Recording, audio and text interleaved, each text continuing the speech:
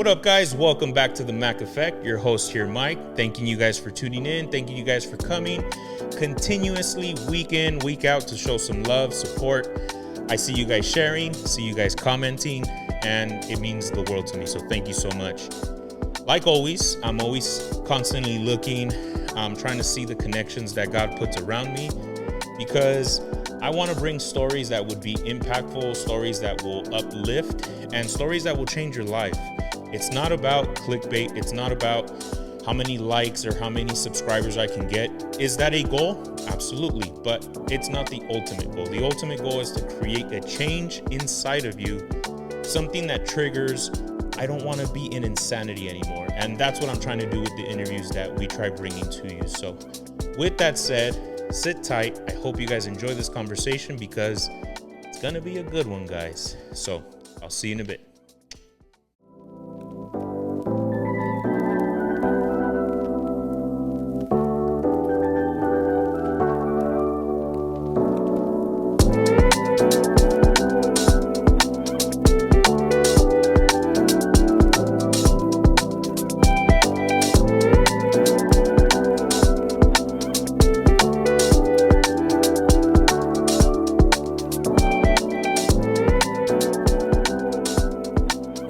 What's up, guys? Welcome back to the Mac Effect. As you can see, I have a good friend right here with me. The man, the myth, the legend, my friend Eddie. Eddie.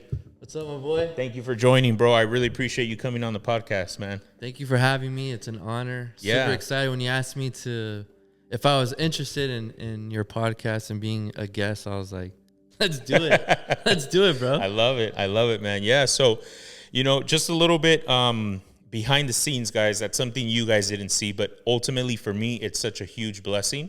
It didn't even come out of me, but I love the fact that it came out of you, bro, where you're like, can we pray before we begin? And that to me is a blessing because I do everything with God, bro. I do everything with the Lord. I feel like sometimes people are like, you talk about God too much, but the reality is it's like he's part of my life. Like I make decisions because of him. I get molded because of him. And honestly, it's like, if it's not for him, I wouldn't be able to withstand a lot of the stuff that goes on in my life. So Absolutely. Thank you for wanting to pray before we started. Absolutely, man. Like you said, God first in anything. That's right. That's right. So that's awesome. And Eddie, the reason why I wanted to bring you on, bro, it's because like, I don't know much about your background, your story or anything, but there's an aura, there's a presence that you have. And I think it's the Holy Spirit. It's what, it's like a light, bro. You have something that reflects as far as positivity, as far as, I'm not in it for my own skin. I'm actually just trying to spread some type of love, some type of positivity. I mean, am I vibing it right or am I vibing it wrong?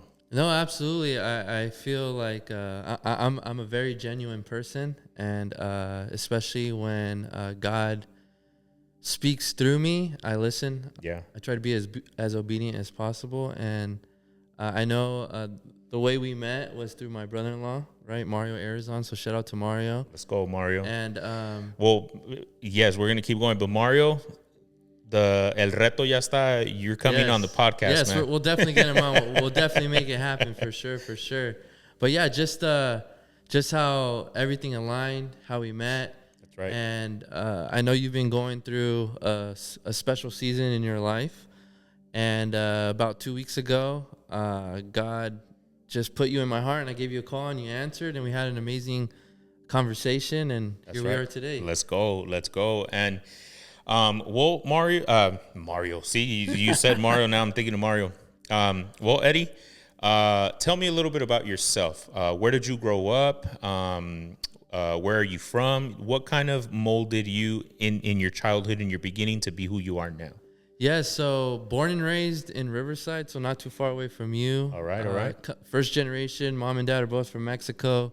Came here at a very young age for a better opportunity, obviously, Absolutely. right? So my mom was about, I think, between 11 and 12 years old. Wow. When she came, I know my grandma in Mexico got really sick. So one of my tias, my mom's sister, lived out in Orange County. So she took my mom in, right? So my mom had to grow up very, very quickly at a very young age. My father came at the age of 18. he hopped on a train, moved out here. His father, they used to have a cantina in Mexico. Okay. And my grandpa got sick, so my dad's like, dude, like I gotta hold it down. So I believe my dad's sister lived in Orange County as well too. Okay. So she's like, hey, we have a place to stay. Come over here. So they came in very humble beginnings. I believe my dad's first job was he was a dishwasher. Wow. Right? Wow. He was a dishwasher. He did dishes and he worked his way up. So the way my mom and dad met was my tias. One of my dad, I don't know if it was my tia from my mom's side or my tia from my dad's side, but one of them was throwing a party in the neighborhood. They came over. My dad went over, saw my mom. They met, dated, right? So my dad was working construction, got a job, started making money. Obviously, Orange County is a lot more expensive than the IE, especially back in like the late 80s, early 90s. So my dad decided to move to Riverside in 1990, and I was born in 91. Wow. So born and raised in Riverside. Okay. Okay. Where are your parents from? What part of Mexico? So my mom's from Durango. Okay. And my dad's from Chihuahua, a little ranch called Mioki. So Mioki, Chihuahua. Okay. So Durango and Chihuahua. Nice. Well, I mean, I love it. I just had a conversation with another friend of mine that, his dad came to the States at 16. Bro, at 16, myself, I'm not thinking of moving to another country and starting a new life and trying to build a family. Like, our parents, legitimately hustlers. Yes. Legitimately hard workers. No time to cry, time to figure it out. Absolutely. And right now, you said they moved out to Riverside. 100% more bang for your buck. You get a nice home for a very good price, and that's where you were born and that's where you were raised. Yeah. You are. Do you have siblings? I do. So there's 4 of us. Okay. I have an older brother who's about 2 years older. Then it's me. I'm the middle child. And I have 2 younger sisters. Okay. So 2 boys, 2 girls. 2 boys, 2 girls. Nice. Yeah. Nice. My parents shot the pair. So good for them. Yeah. After 2 and 2, they were done. You know? All right. Cool. And are you a brother you have little sisters? Are you overprotecting of your little sisters, or were you kind of more like, we'll all get along one way or another? No. I was super overprotective. Yeah? Super overprotective. I look back now and I feel bad, and I even apologize to my sister. Wow. Literally when she liked a boy, Yeah. I made it known, dude, this is my sister. Nah, it ain't happening. It's not happening, bro. Yeah, I love it. I was a little snitch, bro. It's crazy. I'd literally be like, hey, mom, there's this dude, he's trying to get at my sister. Let's You're go. like, it's not happening. Agarrarla de las greñas y se me sale. Yes. I look back now, and I was just like, bro, that was not cool. They always had my back. Yeah. They always had my back, but yeah, I feel bad. Got it. Okay. I mean, we're learning, right? Absolutely. No one teaches us things. I'm seeing that you're the older one.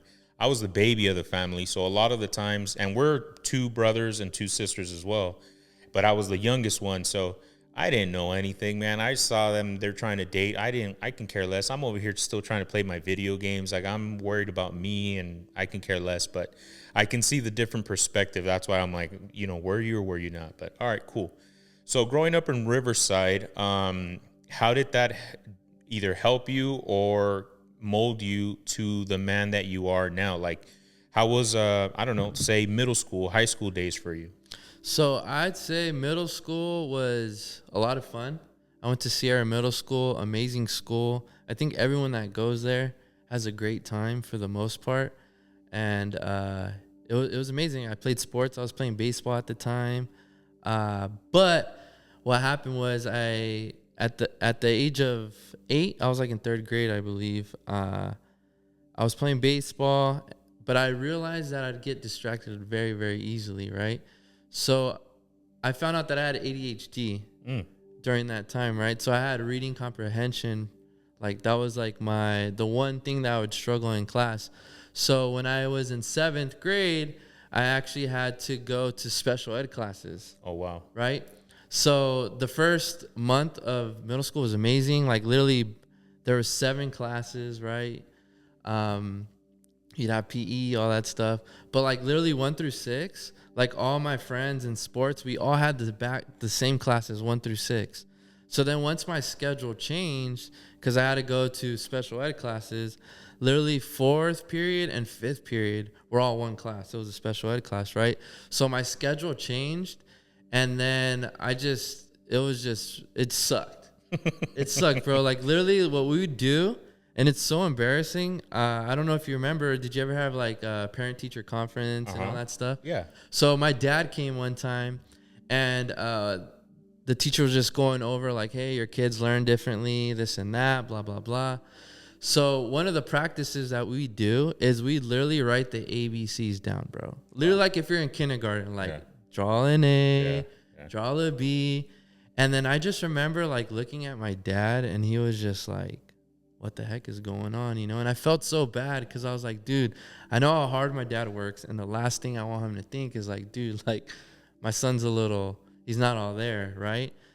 But yeah, it was pretty tough right there. I think it's super important to have a very strong father figure at the time, especially in a young man's life, just to, let him know, like, no matter what's going on in your life, like, it'll pass, but you got to be strong, you got to be bold, and you got to be confident, Got it. But my dad is a very passive man, right? So just a little background about my dad. Going back to history, getting to know my dad and stuff like that, I would ask him, like, how was your relationship with your father? So my grandpa was a super strict man, not very emotional, right? Never really said I loved you. Just pretty much like typical machismo Hispanic man, right? Sounds a little familiar. Right? Sounds familiar. So my dad didn't want to bring on that onto me. Like, my dad would tell me he'd love me, and the way he would show is by him providing, right? But he wasn't really good at communicating, right? So he was a very passive man. And just understanding him, like, I don't blame him. I actually have so much compassion for the guy, So now as a son and being aware of the things that my grandpa wasn't able to instill in my father, I've been able to give that to him. That's right. You know what I mean? So it's super amazing how God works, right? And my grandpa passed away when I was a freshman in high school. We didn't really have the best relationship, just because even though I grew up in a Hispanic household, we never really practiced Spanish. So I'm legit like a no sabo kid, right? I barely started speaking Spanish maybe about 2 years ago, thanks to my suegros. Okay. They've been helping out with my Spanish and stuff like that. But shout out to los suegros. Shout out to the suegros, right? Yes. So, yeah, we didn't really have a relationship. The only thing I really remember is when he'd come over, he'd always tell me to put channel 52 and 34. Those are the channels, 52, 34, right? So literally when he'd come over, like, that's literally all he would do is just watch TVs. I would really understand him, but I wasn't able to communicate with him because I didn't really speak Spanish, right? Yeah. So my other cousins, when he'd come visit, he'd always stay with them longer, because with us, it was kind of like he'd just sit on the TV. You know what I mean? So he passed away. I didn't really get to have a full-on like conversation, get to know my grandpa, but thanks to me having a conversation with my dad, I got to know my grandpa a little bit more and stuff like that. So going back to middle school, it was very challenging at the time, especially growing up. I was a very, very skinny kid. Like I was talking to you earlier, I love sports, but physically it wasn't there. Like I'm 6'2", I was very tall, but very, very, very skinny. So my freshman year playing football, I was 6'2", 120 pounds wet. You know what I mean? So I definitely didn't have the structure to play football and stuff like that. High school was a lot of fun. My freshman year, I went to Ramona High School. My parents ended up moving up in Orange Crest, a really nice area up in Riverside. So it was like going from a lower middle in class school to like higher upper middle class. Okay. Brand new school, only a couple years old. Wow. So looking from the school from the outside, right, you're like, dude, I definitely want to go to King High School. It looks freaking beautiful, right? So we ended up moving after football season. So from the second semester of freshman year to all of sophomore year, I went to King High School, and I hated it. Wow. That was the first time I ever experienced like racism. Oh my goodness. Yeah. Wow. Yeah. So my brother, he was a senior when I was a freshman. So he ended up staying at Ramon. He was able to graduate there. So I literally was like fresh meat in a new high school. Wow. I went from a school of like 85% Latino to a new school where it's like literally 85% Caucasian. Wow. The rest is mixed, African American, Indian, Asians, all that stuff. So I never really experienced racism until I went to that school. So I went through a lot. I hated it. I hated going to school. It was just pretty bad. Like my first day of school, like I really realized like things are not the same. Wow. You know what I mean? How did that affect your confidence level? Like, how did that affect mentally? Because I know right now you were sharing how like you would ask your dad questions to try to figure out a little bit more your grandpa. Like, I'm kind of curious, like, how old were you when you were trying to figure these things out? And what would that do to your mental confidence as far as a young man? Yeah, so we were talking about it a little bit later. I feel like I was a late bloomer growing up. I grew up in a super religious household, Christian household. We weren't allowed to pretty much do worldly things, right? That's right. So when we started going to a church, like literally no Disney. Both your mom and dad would go to church? Yeah. Okay. So when my parents moved to Riverside, my mom met a Seventh-day Adventist lady. Her name was Rosita. I know my mom was going through like depression and stuff like that, anxiety. So we went walking one time and we met Rosita. She was walking with a dog. So my mom would always meet ladies walking around the neighborhood and stuff like that. So she introduced her to like Christianity. So there was literally a church called Hope Community Church. It was a Caucasian church, like literally right in the corner of where we lived. So we were like the only Hispanics that was going to that church. So that's when I found out about like Vacation Bible School, Boy Scouts, all that good stuff, right? So my dad actually learned how to speak English and understand English a lot better because we were only surrounded by a bunch of Americans, Caucasians, and stuff like that. So my godparents, Dell and Glenda, shout out to Dell. He was actually the one that gave my dad a really good high-paying union job. He got him in the union. Wow. Okay. Construction. So, yeah, I grew up in a Christian household, was very sheltered. So I was literally not able to do anything. Middle school sucked. I wasn't able to go to, like, my middle school dances. But knowing me, I was a little rebellious kid. So I remember I tried sneaking in one time. My mom legit went to school, went inside the gymnasium, and, like, pulled me out, bro.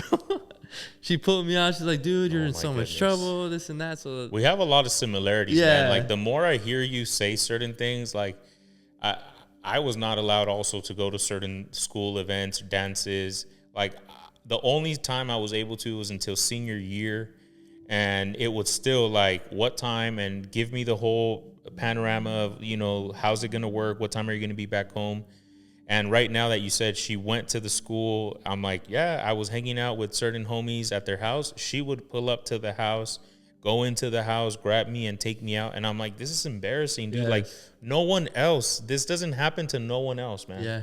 So right now you're saying that, I'm like, yeah, I get it. Yeah, so when it's their way of like, they're trying to protect you. Absolutely. But they also got to learn to just let go a little bit too. Absolutely. But I get it. Balance for sure. You know, looking back at it now, I'm super grateful. Correct. Because like you said, they're just trying to protect you. God knows what they went through. You know, imagine coming a different country, not speaking the language at that age. Kids are mean. Let's just be honest. Kids are mean, right? Absolutely. So now looking back at it, I'm super grateful for it. But when I turned 18, I was just like, well, I'm my own man. I'm a grown man now. Peace out. Deuces. So I literally just was curious at the age of 18 and, you know, just did everything and anything, you know what I mean? And to answer your question, so my mom and dad got divorced. Oh, okay. Right? I did not know that. They got divorced back in 2013. Okay. So it was how old were you? I was, I think like around 22, 23 years of age. Wow. So I was a lot older. So it was a complete like shock, right? It came from like super religious, parents super involved in the church. I was super involved in the church, right? We do retreats. We'd always help retreats. Weekends, we'd serve. As a young kid, we'd literally like, because the church was brand new, so we're working on expanding it. So what we would do at a very young age, a couple of the youth ministry leaders we'd go door knocking in the nearest neighborhood, knock on doors, and just ask if any family need prayers and stuff like that.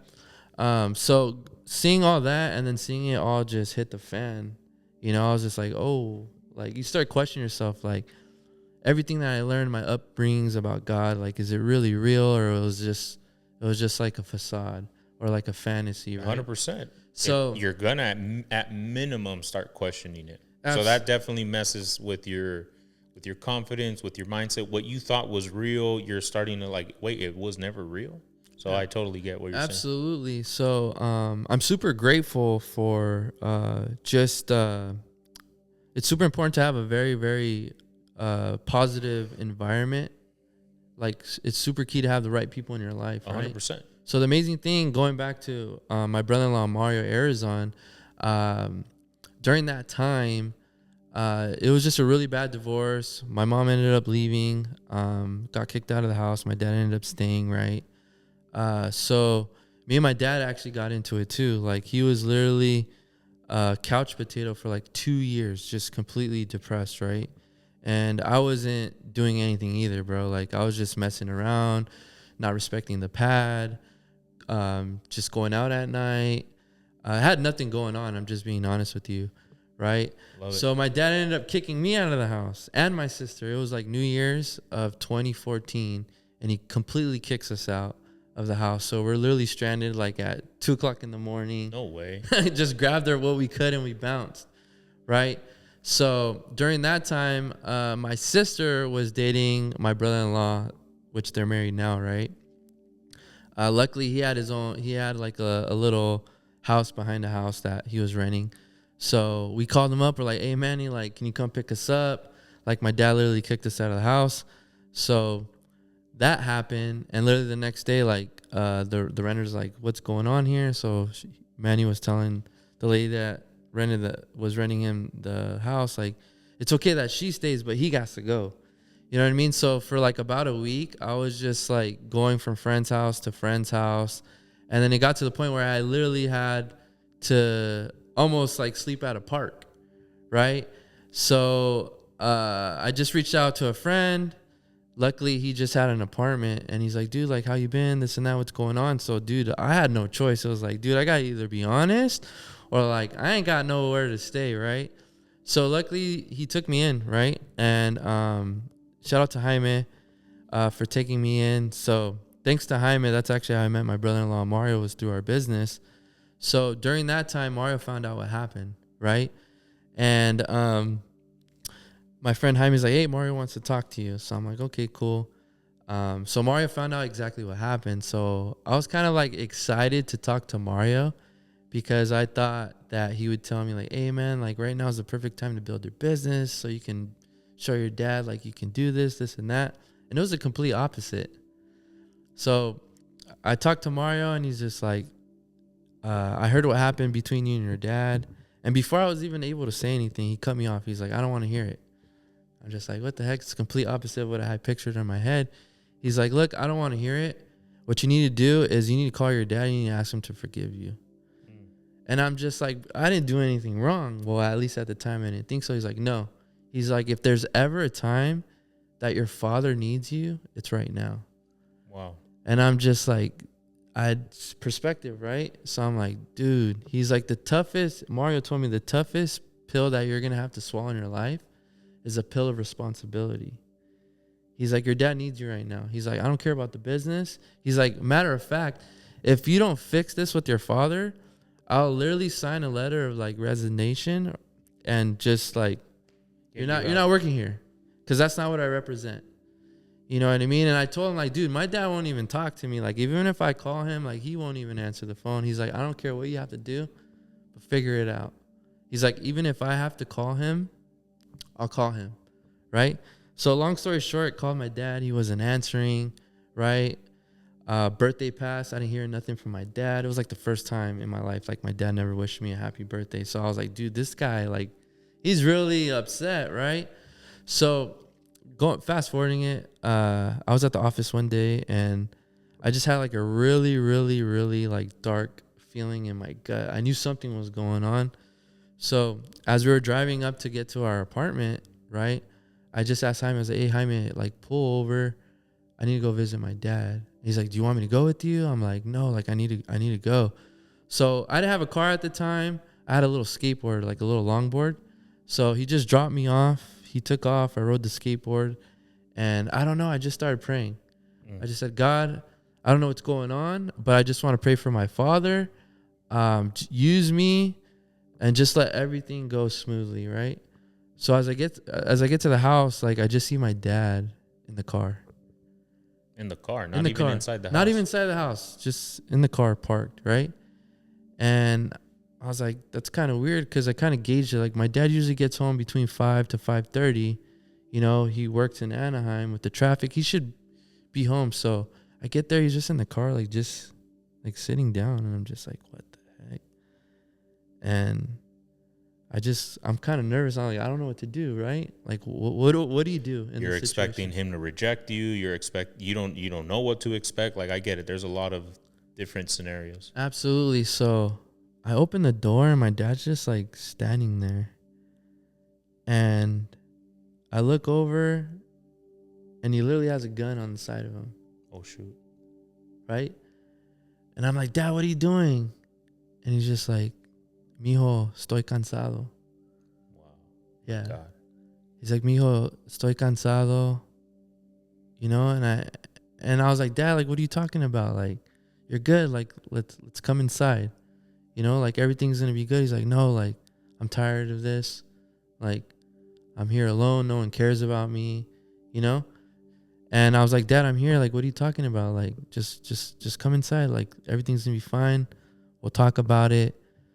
So yeah, he came inside and we started talking, but going back to have the importance of having the right people into your life, right? So just having the right mentorship in my life, the importance of self-development. I love to read self-development books, right? So just really during the process that I was out on my own living with my roommates at the time in the business, like we were self-improvement fanatics. Like we were just trying to survive, you know, being a young entrepreneur and not so easy industry, like being young, talking about finances to people that are a lot older than you.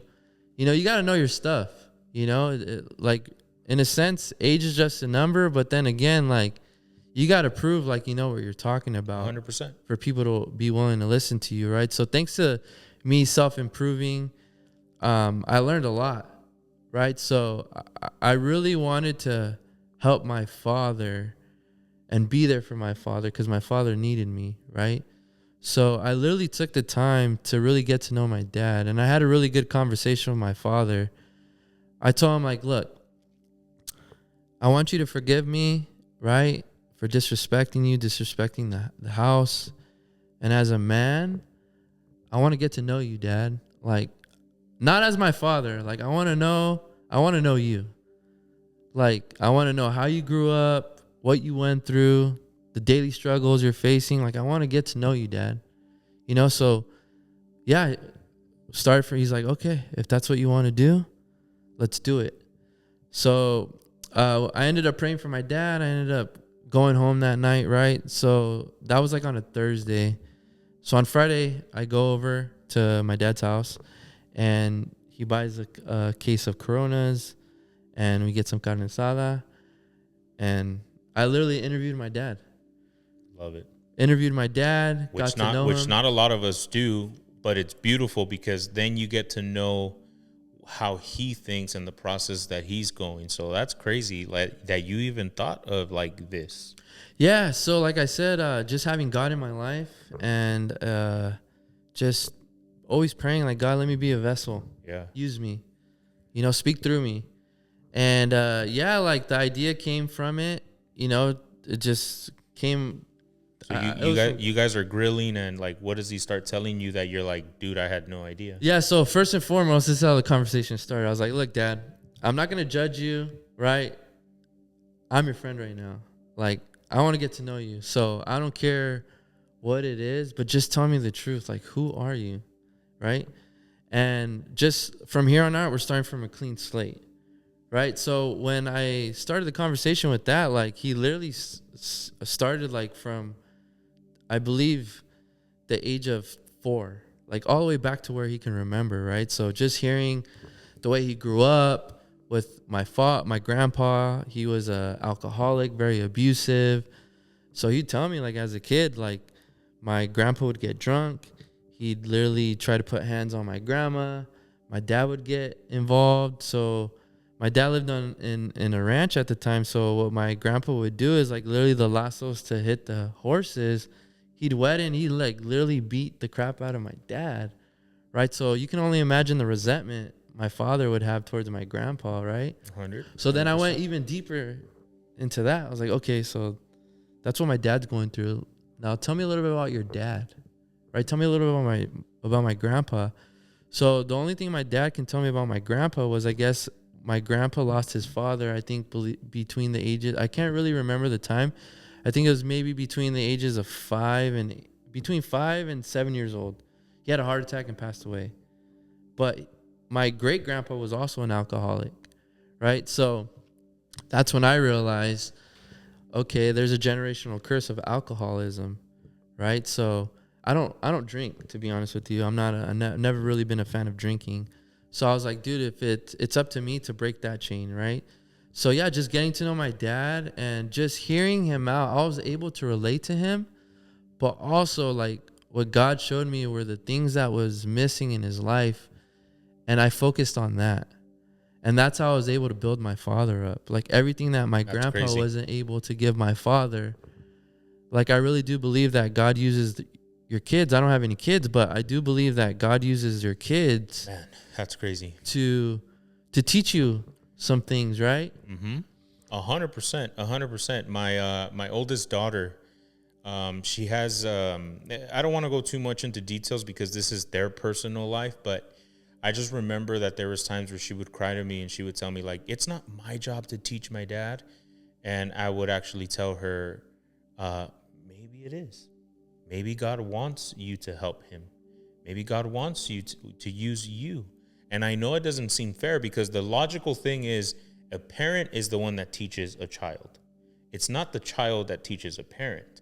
But you and I both know when it comes to God, bro, he can do anything. Absolutely. And if he wants to flip it around, he can flip it around. And I think I'm 100% aware God used you to bless your dad, to teach him some things, because I'm listening to you, bro, and I'm like, man, like, you were really young, because not a lot of young adults, young men have the ability to process. But the beautiful thing too is, you're right, like the mentorship, like for Mario to say, nah, bro, turn around, go over there. Like, that is beautiful, because we're in a world where it would have been easy for Mario to be like, screw that fool. Like, let him, come on, let's go get your hustle. You get your pockets right, and then you're good. That's kind of like the world that we're in right now. Absolutely. And one of the biggest things that is difficult to do in this world today, and I'm kind of glad Mario taught you this, because I think it definitely molded your heart into something special, is you go and you apologize. Not many people can go back and be like, I am so sorry for what I just did. It hurts to say sorry. And I'm like, that's the whole point. You need it to hurt. You need it to break you. You need it to to break and shatter that ego of yours, because that's why it's so important to say sorry. I see it with my little kids. Say sorry to your sister. No. And I don't quit until I make him say sorry, and it hurts him. He starts crying. But God tells me, you're teaching him. You're showing him that that's the way to go. And you have something very unique, bro. Like, as I'm hearing you speak, like, and it's crazy because I'm very similar to you. And I don't know what importance this is, but you have a knack to detail. You have it. Like, I hear you in the conversations. I have a knack for detail. You said Rosita, right, was walking down the street with a dog. What does the dog have to do anything? Why did I remember the name Rosita? Because I have that same knack too, where you look at the details. And I don't know why God has given that, but I believe there will be a time where God reveals it into why it's so important that you have that mindset of details. I don't know if you know, do you know why God has blessed you with like the knack of like seeing the details or no? I think one of the gifts that I have is I have a really good, I'm very observant. Yeah. Super observant. Super, I pay attention to details. Like a good memory. Yes, I have an elephant's memory. Like literally, bro, like I tell people, like you can literally knock me out, throw me in a trunk, and just leave me anywhere and I'll find my way home. Yeah. You know, like I just do. We can go hiking and I'll know how to get back, you know? But I think that just comes with learning to survive, to be honest with you. Like you got to be alert, you know? I think one of the blessings I also had too was during that time when I was helping out my father, I didn't have my life straight either. You know what I mean? But just because you don't think you got things going on doesn't mean like God can't use you. That's right. You know what I mean? And sorry to kind of stop you there, but pay attention to those stuff, guys. Just because you don't have everything lined up perfectly does not mean God can't use you. He can use you in your brokenness.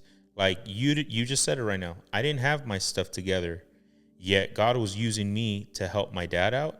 And then little by little, that was building you up because that was going to set you up to where you're at now. Where was your mom while you're helping your dad out? Yeah, so my mom, she was actually with my stepdad now. Okay. Yeah. So she had already started her relationship. Yeah. So, okay. Yeah. And it was a little. So she was kind of more like on the stable side, and the one that really needed the help was more your pops. Well, not in the beginning. In the beginning, my mom was literally staying at friend's house, Oh, and wow. then, my stepdad took her in. And here's another thing about being mature, also too, right?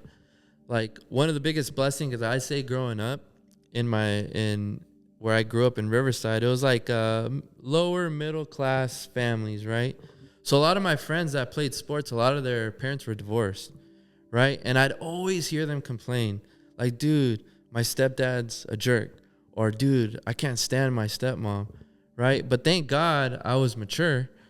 And the way I looked at it is maybe I don't agree with how this situation played out, but I'm super grateful that my mom's safe and she's with a guy that's taking care of her, you know? And I just looked at it from that perspective. Like, it could be a lot worse. Or, like, imagine if she was with, like, someone that was, like, taking advantage of her, disrespecting her, or abusive. But he was taking care of her. And I was like, thank you, God. I always try to see the good in everything. Yeah, crazy. You know? Crazy. And you're right. I remember growing up, too. Like, I would hear a lot of people talk about their stepmoms and step-parents. And I grew up in a divorced family as well, so it was definitely challenging. Like, I'm 11, 12 when my parents got divorced, so I'm nowhere capable in processing this as a man.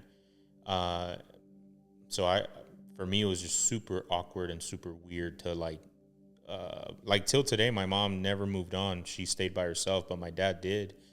And he got married, had more kids and everything. And I'm not like mad at it or anything. Like, glory to God if my dad found a place where he can continue to grow and move on and everything like that. But definitely, like, there's a lot of like outside chatter. But one of the things, we were talking about this earlier, how you mentioned something like I'm a late bloomer. And I'm like, nah, bro, like I'm barely blooming right now. Like right now I'm barely blooming. And you're like, how are you blooming through a season of your life that's very difficult? Because God does whatever God wants to do. And at the end of the day, I praise him for it because it's helping me find my voice. Absolutely. It's helping me find who I am. There was a lot of lack of confidence. There was a lot of like, I don't believe in myself. There was a lot of, I just never saw anything good coming out of me. And little by little, God starts showing you like, nah, man, not only is there like so much that you can do, but now that I'm doing this and I get to hear stories like yours, like right now, beautiful, like impactful. Like obviously, like it has ups and downs, right? Like the depression and all these things, but it also has those areas of love coming in, and love rescuing, and love uniting, and having compassion of where did you come from, and that's why you're like that. But rather than hating you, I'm not gonna hate you, bro. I'm just gonna embrace you. I'm gonna say it's okay that you have that background, but what are we gonna do to get better in it as well and develop ourselves? Absolutely. Man, you're very you're saying you're a late bloomer, bro, but I believe you're very mature for your age. Yeah, I get that a lot. Like people tell me I'm a what's the right way of saying An old soul. Yeah, I'm an old soul. Yeah, In a young body. I could see that. And I will say I'm a thanks to all the experiences and all the amazing people that God put in my life, I do have a lot of wisdom. So as a kid, I always loved hanging out with the older crowd. Same. You know? Crazy, yeah. So yeah, like I'm 34, but I'm a very wise 34-year-old. Wow. I will say that. Love it. So all this stuff that you've gone through in your life, obviously you're still, I want to know a little bit more about Eddie now. You mentioned a lot of times, like, I still didn't have my stuff together. I was trying to help my dad, and I didn't have my stuff together. When did it click for Eddie, and he's like, now I'm finally getting my stuff together? Yeah, so it started, I'd say, around 29. Okay. So between 23 and 28 years old, I was living the fast life. I was in a relationship. Long story short, we broke up. And the first thing that came to my mind, right, was I want to meet someone that could put me on, can teach me about game, teach me about everything, right? So the Bible says, seek and you shall find, right? Mm-hmm. So I started going out on every Friday night, right? And I met the guy. He put me on, showed me the ropes, everything, right? And that's just the life I lived. I stopped going to church. I did the complete opposite. I did exactly what my parents didn't want me to do, what they were protecting me from, right? Yep. So I'm super grateful for that too, because now I can see both worlds. That's right. I know the word, and I also know how manipulative the enemy is as well too. So I know how he maneuvers. I know how he works. So good. So now I'm like super aware. So to answer your question, at the age of 29, I was hanging around with really not the right crowd or whatever. Near death experience, not with me, but with certain people. And it was just a complete miracle that no one passed away, honestly, by the grace of God, just looking back at it too. Wow. So long story short, I hit rock bottom. And I didn't know what to do. For a period of my time, Mike, I forgot what it was like to be sober. Wow. Just thinking that now, I'm just like, that's crazy. Yeah, because you just said, I don't drink. Yeah. That is a trip. I don't drink.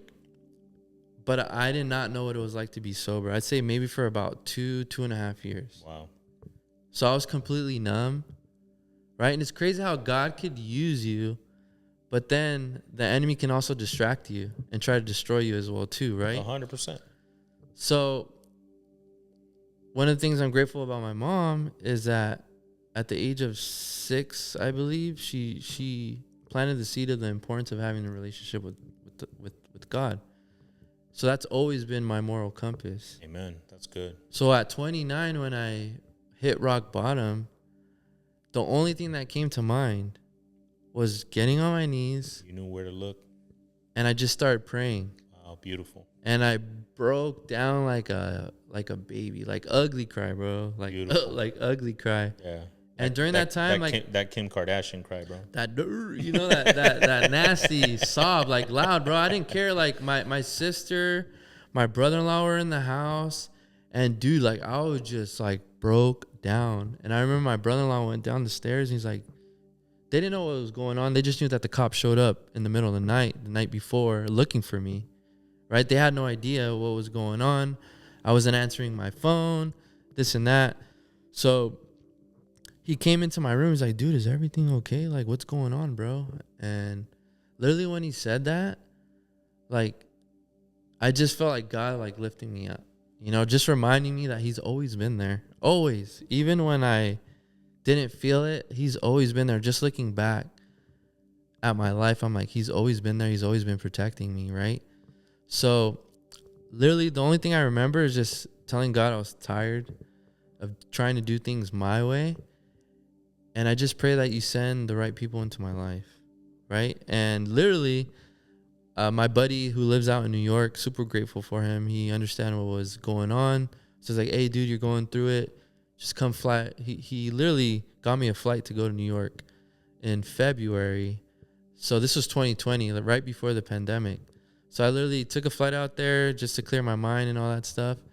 And then my fiance Anita messaged me on Instagram when I was out there, right? So the funny thing is, like, I had like a big crush on Anita. I met her like 15 years before we started dating. We were really, really good friends. So fast forward to now, she hits me up and she's just... But at the time, you guys were not like nothing. No. So she was hitting you up. Yeah, she was just saying, hey, how you been? Haven't heard from you, this and that. Anita, comenzaste tú, canija. Yeah. Comenzaste. Yeah, so she's just like, fast forward it maybe like a year, 6 months to a year. I would always ask her, like, hey, let's go grab a bite to eat, this and that. And she was sweet. She'd always be like, let me check my schedule, right? So she messaged me and she's just like, hey, how you been, this and that. And she's just like, hey, do you still feel the same way you feel about me? And I'm just like, yeah. Yeah, of course. She's just like, well, ask me out again. And I'm just like, what the heck is going on here? You know, like, I'm just like, dude, like, I'm literally about to start from ground zero again. Like, the last thing I need is to get in a relationship, right? So I was just talking to my boy. We were literally driving in Times Square at the time. And remember, it's a three hour difference. So it's 12 o'clock there. So it's probably like around, what, 9 o'clock out here. Yeah. So I was like, dude, look it. He's like, dude, like, what are you talking about? Like, you like this girl? Like, come on, like, don't be dumb. So I was like, all right, cool. So I was like, when I get back, like, we'll go get some food or whatever, right? So literally, bro, I hop on the plane, get back to California. Literally the next day is when everything shut down with the pandemic. Wow. So the crazy part is I literally was thinking about staying a little bit longer. But for whatever reason, I just came back thanks to Anita. Like, if Anita didn't hit me up, I probably would have been still there for like a couple of days, but I would have got stuck out there. You know what I mean? So it's funny how God works. So long story short, when I came back, March 7th was the day that we went on our first date, right? But the crazy part about that was on March 7th, my mom gave me a call. And she was crying, and I'm like, Mom, what's going on? She's like, she called me to let me know that she was diagnosed with cancer. Right? So I was like, what the heck? So hung up the phone. Obviously, I was positive about it. I was like, don't worry, Mom. Like, we're going to get through it. Like, everything's going to be fine. Don't worry about it, right? So I hang up the phone, and I'm driving in my car, and I'm just like, I just started crying. I'm like, dude, what the heck is going on? That's a tough blow to take, you know? 100%. So I'm driving, praying to God, like, hey, if there's anyone going to be positive, it's going to be me. Like, I'll take on that load. I'll take on that responsibility, right? So as I'm driving, Anita texts me, like, hey, are we still on for tonight? And I'm just like, oh, my God, like, I forgot. Yeah, I mean, you just got some bad news. So yeah. But for whatever reason, I saw like two sides. Like, all right, cool. Like, if I don't go on this date, the chances of me going on a date with her are probably like slim to none. Right? Yeah. So I could go on this date and completely like keep my mind positive instead of like being negative, or I could look over here and be down. I was like, I ain't doing that. So I ended up going on the date with Anita. Everything was beautiful. I knew she was the one because our first date we went to go get tacos. Right? From where? We went to Taqueria Los Portillos, I think it's called. My Okay. Spanish is probably off, but It's all yeah. good. From Yeah. where? It was Off of Tyler and Hole, I believe, right across the street from the mall. Bomb. I'm telling you guys, I'm asking these details, and he's not saying like, oh, I don't know, it's some place. Like, he knows the street names. Like, he's detailed. Like, I like that. I like Yeah, that. so we got tacos, and afterwards, I was kind of stuck for a little bit. She's like, "What's going on? Is everything okay?" And that's goes back to my mom, right? My mom told me, like, whenever you date a girl or you like a girl, make sure to be friends first. As a young kid, you're like, dude, I known this girl for a month. She's my friend, right? But no, like, I literally known Anita 15 years before we even started dating. So Anita really, really knows me, and I really know her. So she knew something was off. So she's like, what's up? What's wrong? I was like, dude, I just found out that my mom has cancer. She's just like, what are you doing here? I'm like, well, what do you mean? Like, if I didn't come today, like, the chances are of me going on a date with you, like, it's off the window. Slim to none, yeah. You know, so I'm willing to take my chances. So she's just like, wow, like, that's crazy. So the amazing person that Anita is, we ended up wrapping it up a little bit quickly. And she's like, you need to go see your mom. Go to your mom. So that night I went with my mom. So to answer your question, I literally had to hit rock bottom to finally get it. Like, dude, if you don't get your stuff right, either you're going to end up like some of your friends that passed away, or some of your friends that are just up to no good or locked up or whatever, right? So thank God for Anita. Like, I literally realized if this is going to work out, there's definitely going to have to be some changes. So once again, I look to the left side is like, you can continue doing what you're doing, and you know what that route is, or you can man up and step up to the plate and take on the challenge. Take accountability. And that's exactly what I did. So beautiful, started dating during the pandemic. At the time, I was working at Amazon. I was a manager at Amazon. So then, yeah, that ended up closing the site. I was just tired of it. I always knew I wanted more in my life, especially playing sports and being good at sports. I always knew that I wanted to do something with my life than just working a typical warehouse job, right? Dropped out of college. So I was like, my only shot is to go into business for myself, right? And just start all over again. I gave it a shot when I was younger, but at the time I was young, dumb, immature, didn't really take it serious. I didn't take anything serious. I didn't even take myself serious during that time, right? I know at some point in your life, you're trying to get your stuff together. You're saying like, you know, I didn't have it, but now you are. I'm interested a little bit as far as the business goes. So like, what type of business was it that really helped you mold you and get your, pardon my French, but get your shit together? Yeah, so one of the things I realized growing up is I seen a lot of death. I'm 34. I've been to well over 30 plus funerals in my life. Wow. And one thing I realized, especially in the Latino community, is we do the same thing repetitively over and over and over again when someone passed away. This was before social media. I remember doing local car washes, right? Yep. My tias, Kermeses. you're right, bake tamales, knock on doors, ask for donations, right? So I'm like, dude, there has to be a different way. So long story short, there was a kid I went to school with. His dad passed away, and it was the complete opposite. His dad had a life insurance policy and set his family up for the rest of his life. Went to school, everything paid for. The mom is financially set, right? So one of the things that I fell in love with was like, if I'm going to do something, I want to have purpose and I want to be able to help people. So I actually found financial services is educating families on what the banks and insurance companies don't want you to know. And it's a very corrupted industry too when it comes to life insurance. There's different type of life insurances that sound very, very promising, but they benefit the agent, but not the client, right? So I found a really, really good company that does what's right 100% of the time, 100% of the time, what's right for the client. And then not only that, have the right mentorship, the right leaders, just the right environment to be able to strive in that. So that's why I'm super, super, super passionate that whenever I sit down with the family, I know that I'm going to bless them. If God forbid something happens, your family's going to be well taken care of financially.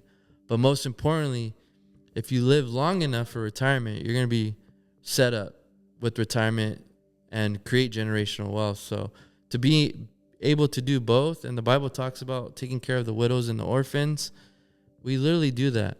You know, I've delivered checks to families of hundreds of thousands of dollars, you know, and if it wasn't for us, then they would struggle financially. They'd be part of the statistics, another GoFundMe account, right? So realizing out of 10 families, only 2 families have life insurance outside of work. And those 2 families that have insurance, only one has the right type of insurance. So there's a lot of opportunity out there, and we need help. Wow. And I love it because, like, I 100% agree with you. It's like, unfortunately, because of these bad agents or because of people out there that put a bad name, I'll be honest with you, people hear life insurance and they just already go, scam. Here we go. And the reality is, it's like, bro, you need to stop paying attention to what people say or what people are doing. You need to start giving attention, like educate yourself. Absolutely. Even if at the end the answer is, I'm not going to move along with it, cool. But educate yourself based off of you, not just what you see on social media, not just what you see on TV, not just what your compadre and comadre said. Because the reality is, you have to really see people's lifestyles, people's, how do they live financially? Like, don't take advice from certain aunts or uncles that are not financially wealthy and they're telling you what to do with your money. It's not because you're being disrespectful. It's because you want to take advice from people that know what they're doing. Absolutely. And even if they don't, give them a call. Find out. See if he's just talking out of his butt or if he's being for real with what he's saying. I know right now you mentioned something about a policy that, it's only going to benefit the agent. You got to be careful for those things, but this is why you got to educate yourself. Absolutely. So you're saying that this is a business that you feel a lot of sense of purpose within. Absolutely. There's a crusade right now. There's literally cash value agents versus us. And these cash value agents just literally sell policies that take advantage of people. They guarantee them, like, be your own bank. You can borrow money from your savings account. Just all this, it sounds beautiful. Tax-free retirement. It sounds amazing. But when you really go into detail and you break these policies down, they don't work that way. They all work the same. Their way of getting out, it wasn't properly structured. Well, they haven't been around that long. And till this day, we have yet to see a properly structured policy. Wow. So I have testimonies of clients who've lost thousands, if not hundreds of thousands of dollars into this policy just because they weren't properly educated. They went based off what the agent told them instead of the fine print, what the policy said. Yeah. And just kind of like off the top of your head, I don't know if you can give a figure or a number out, but like, certain people think like these policies are going to be like thousands of dollars. Like, what do you look at like monthly these policies to be for someone that's looking for one? Yeah, so it goes based off of 2 things when it comes to insurance, right? It goes based off of your age and your health. Correct. Age and health. Age and health. Totally. So the healthier you are, the younger you are, the cheaper it is, right? So the cheapest cost of insurance you could get is term insurance. It's just strictly insurance. If you pass away, whatever amount you're covered for, the company's going to cut your family a check, right? Then there's these other policies that have insurance and they have a savings account attached to it. Anytime you combine insurance and investments within a policy, that's like a big red flag. There's a lot of fees, surrender charges, the cost of insurance goes up every year, right? So it's crazy. And those policies are like 5 to 10 times more expensive than if you were just to purchase a typical term insurance policy. Got it. So the way we work, I like to educate my clients, see where they're at financially. I'm not there to break the bank. I work with numbers. So I'd be like, Mike, you understand the importance of this? In your current situation that you are in right now, how much money do you feel comfortable putting aside for your future? And based on that number, I'm going to work with it. Love it. Whether if it's $1 a day that you can afford, $2 a day, $5 a day, you let me know and I'll work with it. Because I always tell people it's better to have something in place than nothing. Mm-hmm. Funerals are not cheap.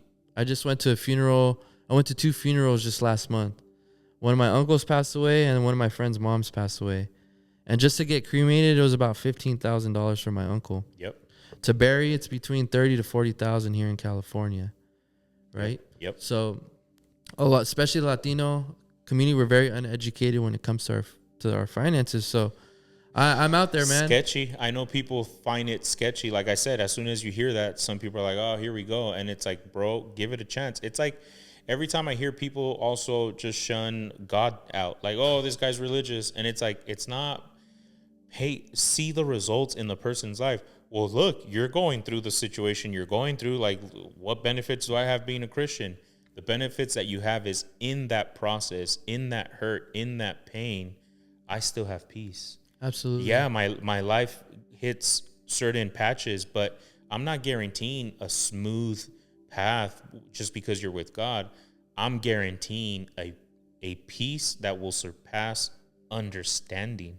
That's what I'm kind of giving. And then on your end, totally get it, where people just have to give it the chance of like, dude, just sit down, take a little bit of time, hear things out. And I love the fact that you said, like, I work with what you tell me. This is not I'm going to tell you this is how much you got to give. Because I've been in the other shoe where there was a long time ago, someone tried discussing this with my mom. And my mom at the end was like, nah, I'm good. Dude, the guy got mad.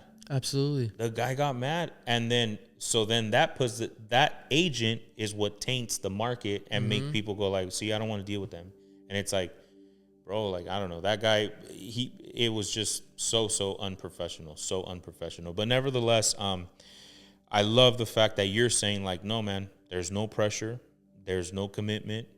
Where can people reach out to you if they want to talk to you about this? Yeah, they can follow me on Instagram, send me a DM, or on TikTok at Perfect. Eddie Banks.